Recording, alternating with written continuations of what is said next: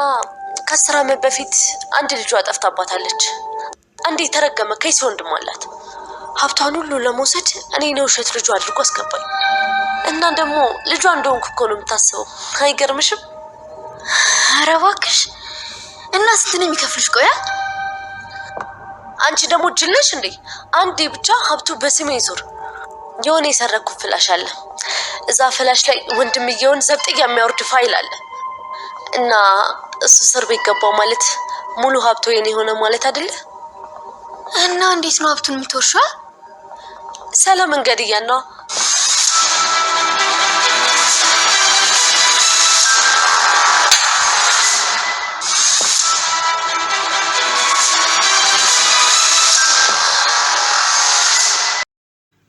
ቃል በራሷ ጊዜ ተዋረደች። ሰላም ቃልን ከቤት አባረረቻት። ሰላም ቃል ልጇ እንዳልሆነችና ብሌን የእሷ ልጅ እንደሆነች አረጋግጣለች ማለት ነው። አቶ በኃይሉ እንግዲህ ገነትን አሳግቶ እያሰቃያት ይገኛል። ገነትም ከኔ ምን ፈልጋችሁ ነው? እባካችሁ ልቀቁኝ እያለ ትገኛለች። ከአንቺ ደግሞ ምን አለና ምን ይፈለጋል? ጭራሽ ከኔ ምን ፈልጋችሁ ነው ወይ ትያለሽ ወይ? በማለት በኃይሉ እየተዘባበተባት ይገኛል። ብሌን እንግዲህ እውነተኛ ትክክለኛ ወላጅ እናቷን አውቃለች ማለት ነው።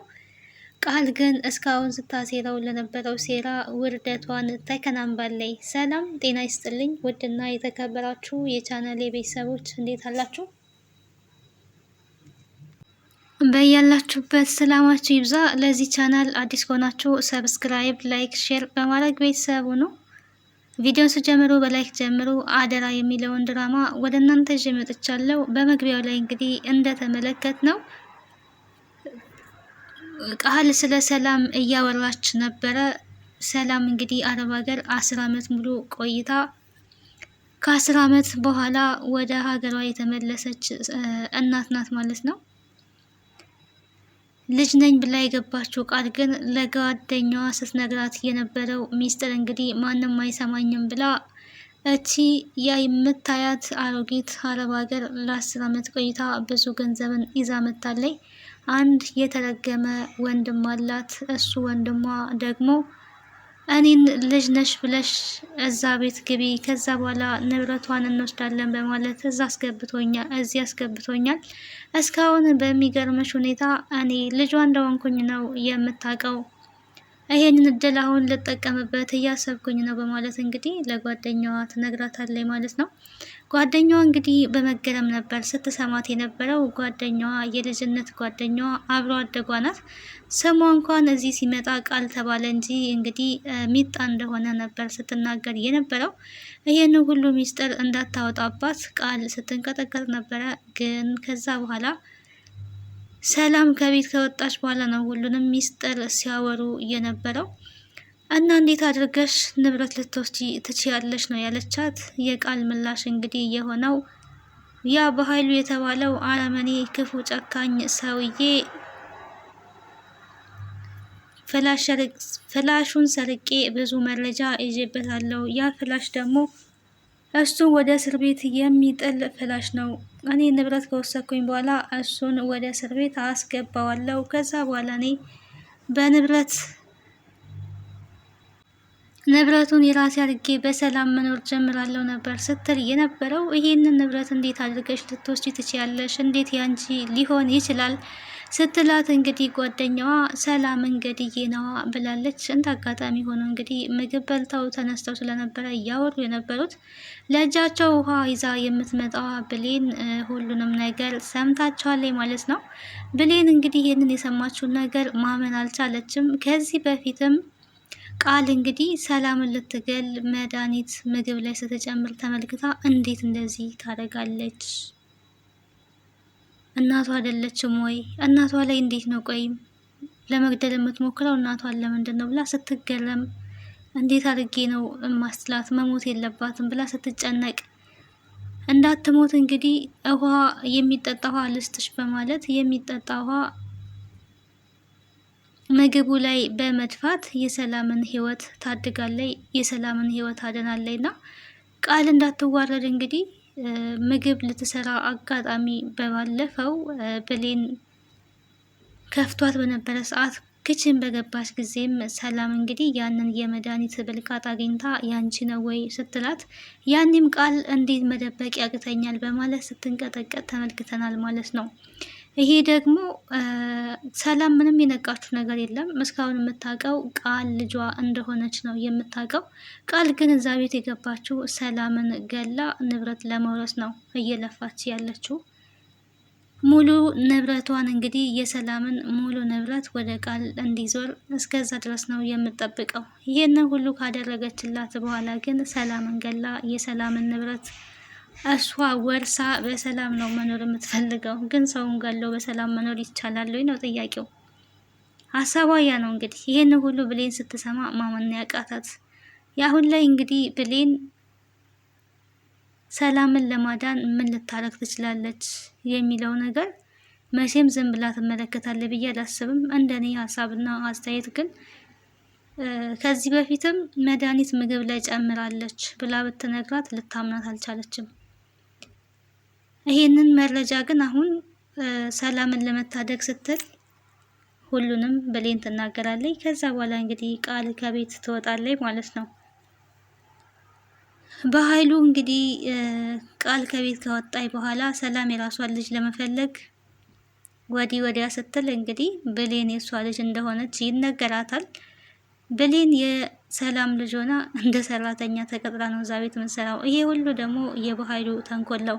በኃይሉ ትክክለኛ የሰላምን ልጅ ስላላመጣ ብሌን ደግሞ እንደ አጋጣሚ እንግዲህ ሰራተኛ ሆና እዛ ቤት ገብታለች ማለት ነው። እናም አላችኋለሁ ብሌን እንግዲህ ይህንን ስታደርግ ቆይታለች። አሁንስ ምን ልታደርግ ትችላለች ካለን እንግዲህ ዝም ብላ ልታይ አትችልም። ምክንያቱም ልትታደጋት ወስና መነሳቷ የማይቀር ነገር ነው። ቃል ግን አብቅቶላታል ማለት ነው። አሁን ላይ ቃል ብሌን እንደሰማቻት ስለምታውቅ ቀጥታ በኃይሉ ጋር ትደውላለች። በኃይሉ ጋር ከደወለች ደግሞ ያው ብሌንን እንደለመደ ያሳድዳታል። እስካሁንም ሲያሳድዳት ነበር።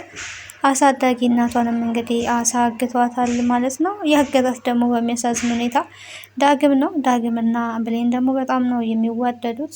ብሌን ይሄንን ስትሰማ እንግዲህ ምን ሊፈጠር እንደሚችል አስቡ። ዳግምና ብሌን እንግዲህ በሳሚ አማካኝነት ይጣላሉ ማለት ነው።